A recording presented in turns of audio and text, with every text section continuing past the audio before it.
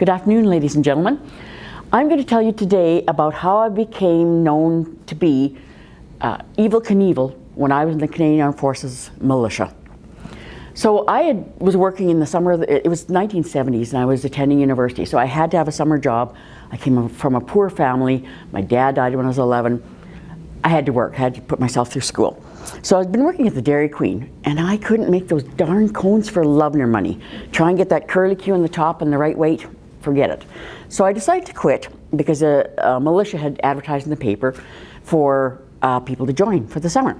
So I took my basic training that summer, of course, marching and crawling through the grass with rifles and branches in my helmet and, you know, trying to hide from the enemy and that type of thing. But in the fall, I decided to stay on.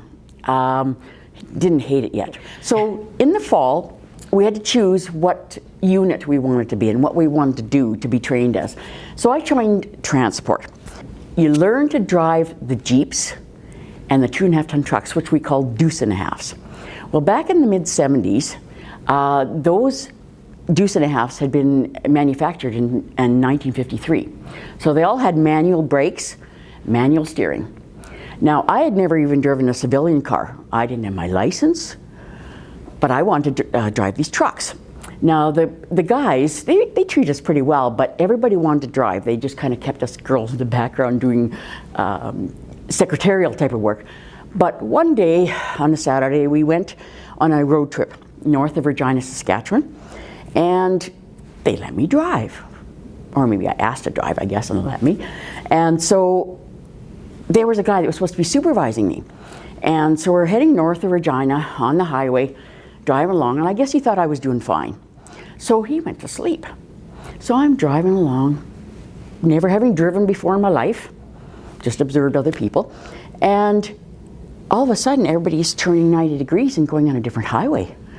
Well, I'm going too fast. That's thousands of pounds of steel going down the highway, manual brakes, manual steering, and I'm just a cranking.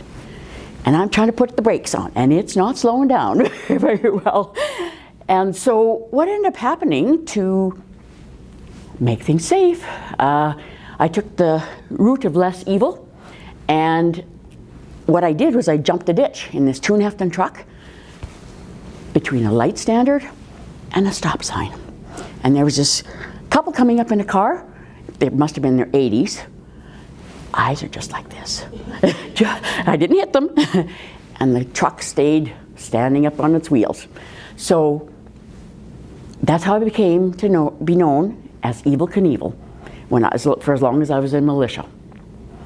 Thank you.